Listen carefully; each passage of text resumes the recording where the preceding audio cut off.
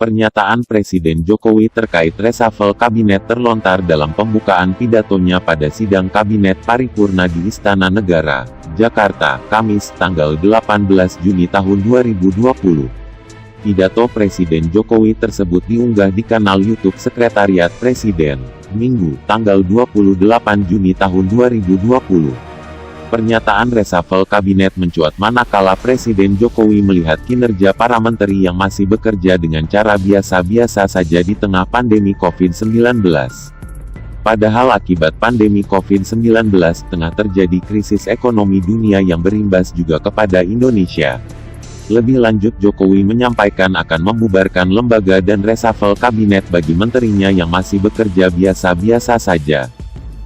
Langkah-langkah extraordinary ini betul-betul harus kita lakukan, dan saya membuka yang namanya langkah, entah langkah-langkah politik, entah langkah-langkah kepemerintahan akan saya buka. Langkah apapun yang extraordinary akan saya lakukan untuk 267 juta rakyat kita, untuk negara.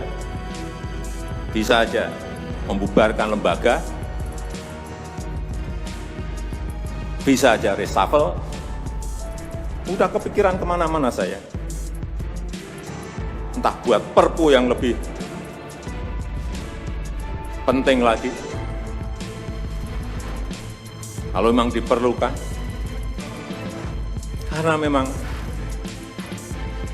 suasana ini harus ada. Suasana ini tidak, Bapak Ibu tidak merasakan itu, sudah. Pidato Presiden Jokowi terkait reshuffle kabinet pun mendapat tanggapan dari berbagai kalangan.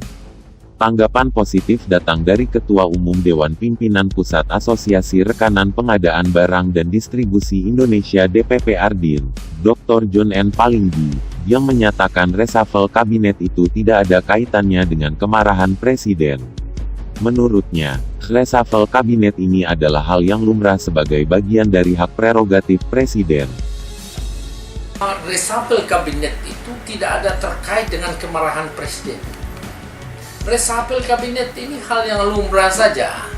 Apakah paruh waktu 1 tahun, 3 tahun, atau kan 5 tahun sampai selesai, itu biasa. Biasa itu dalam, tidak ada sesuatu yang kekal dalam kehidupan berbangsa dan bernegara, karena yang menentukan adalah itu hak prerogatif Presiden. Prerogatif artinya tidak dapat dipengaruhi secara paripurna untuk menempatkan personel ataupun menentukan menteri itu sendiri. Memberi saran, pertimbangan, usul itu adalah mutlak adanya, tetapi keputusan tetap di Presiden. Jadi kalau di luar reshuffle, saya kira ya Bapak Presiden tentu sudah memperoleh suatu informasi yang komprehensif dari berbagai pihak, ya dipandang baik yang sama berpikirnya maupun yang beda, baik yang partai politik maupun yang beda. Bapak Presiden pasti sudah dapat informasi yang komprehensif dan integral, tetapi semua keputusan beliau itu saya pastikan bahwa pasti bermuara kepada kepentingan nasional bangsa dan negara. Itulah sebabnya anak bangsa ini harus belajar menempatkan kepentingan bangsa dan negara di atas kepentingan pribadi, golongan, suku, dan partai. Jadi ditempatkan kepentingan yang lebih luas daripada kepentingan kita. Kenapa? Karena saat ini kita sudah sangat susah, sangat jatuh, ekonominya sudah dalam sekali. Dalam. Berat sekali. Maka yang dibutuhkan di bangsa ini menanggapi secara positif setiap keputusan-keputusan yang dilakukan oleh pimpinan negara, supaya kita ini bisa minimal mengurangi penderitaan kita ini. Penderitaan kita ini bukan kita aja, seluruh dunia. Dampak dari pandemi COVID itu, Pak ya? Ya, saya kira pandemi itu adalah memang untuk menjadi menteri memang butuh jam terbang, butuh pengalaman, butuh yang paling pokok penyesuaian diri. Tidak dibutuhkan orang yang hebat sekali, intelektual yang apa titel-titel bejibun ataupun dia bilang mengaku pintar, Anda butuhkan. Yang dibutuhkan adalah orang yang mampu menempatkan diri dan menyesuaikan diri dengan iklim bekerja sama dengan orang lain. Yang paling utama adalah memiliki loyalitas yang tinggi, utuh, tanpa bertepi kepada Bapak Presiden.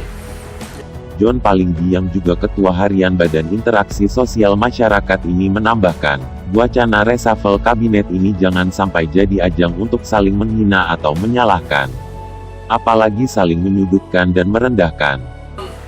Mewacanakan reshuffle kabinet itu bisa saja, cuma sekarang harus dihindari supaya jangan lagi terjadi kita saling menyalahkan, saling menghina, apalagi saling menyudutkan, merendahkan, apalagi nggak usah lagi itu. Jangan lagi.